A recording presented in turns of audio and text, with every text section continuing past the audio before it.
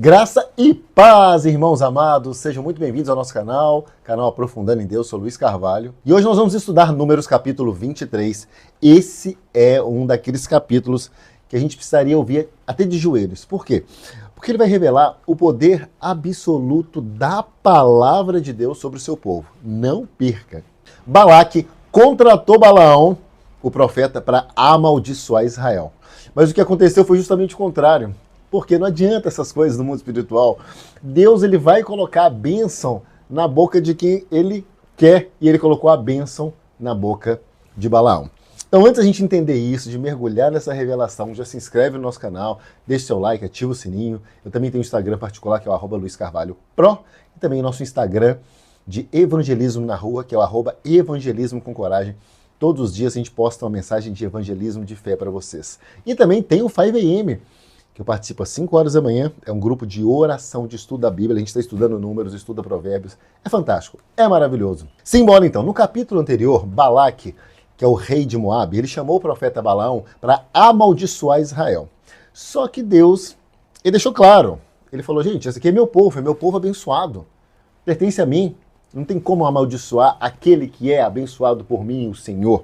E aí mesmo assim, Balaque insistiu e levou Balaão até lá os altos de Baal, onde ele ergue 7 altares e oferece 7 novilhos e 7 carneiros.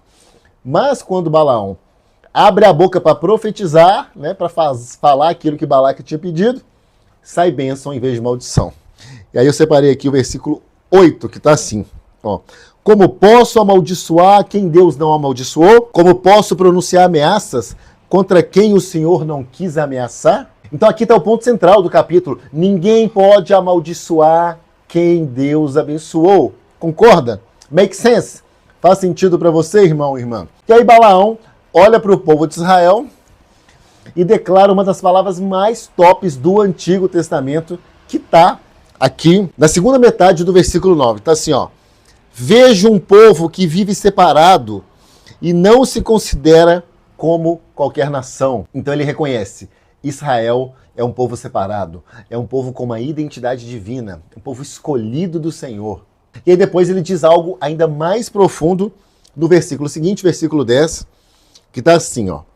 Quem pode contar o pó de Jacó, ou o número da 4ª parte de Israel? Morra eu a morte dos justos, e seja o meu fim como o deles. Ou seja, Balaão está dizendo o quê? Eu quero ter o mesmo destino desse povo abençoado. Eu quero ter o mesmo fim, o fim daqueles que pertencem a Deus. Balaão foi sábio nessa hora. E aí, mesmo sem entender totalmente, ele vai profetizar sobre a salvação e sobre o destino eterno desses justos aqui, desses justos separados de Deus.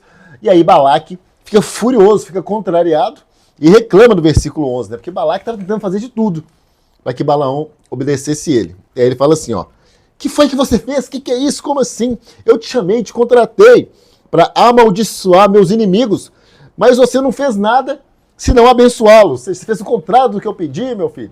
E aí Balaão responde algo que todo cristão precisa guardar com muito temor, principalmente aqueles com dons proféticos, aqueles que são usados por Deus nesse sentido. E tá onde? Está aqui no versículo 12, ó. Balaão responde, será que não devo dizer o que o Senhor põe na minha boca? E aí Balaque, de novo, apesar dessa fala forte, leva Balaão para outro monte agora, que agora é o Monte Pisga, para ver se em outro ângulo, né, vamos assim, talvez de outra forma, você consegue amaldiçoar, até lá você muda de opinião, eu te dou mais um dinheirinho aqui. E aí esse trecho é maravilhoso, particularmente gosto muito, que está aqui no versículo 19, acompanhe, ó.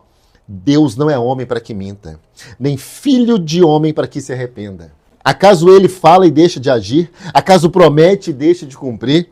Então esse versículo é muito famoso, é muito usado nas igrejas, né? Esse versículo eu particularmente gosto muito também.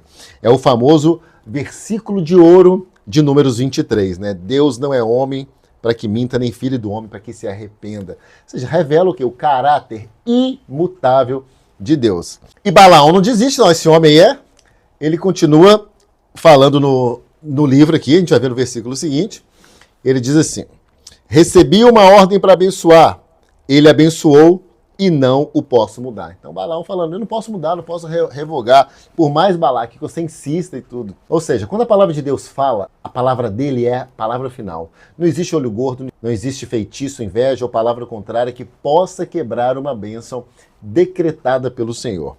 Então, gente, é isso. Números 23 vai ensinar pra gente várias coisas. Vai ensinar que a bênção de Deus é irrevogável. Deus não muda de ideia por causa da opinião humana. Né? Deus não é filho do homem para que minta, nem filho do homem para que se arrependa.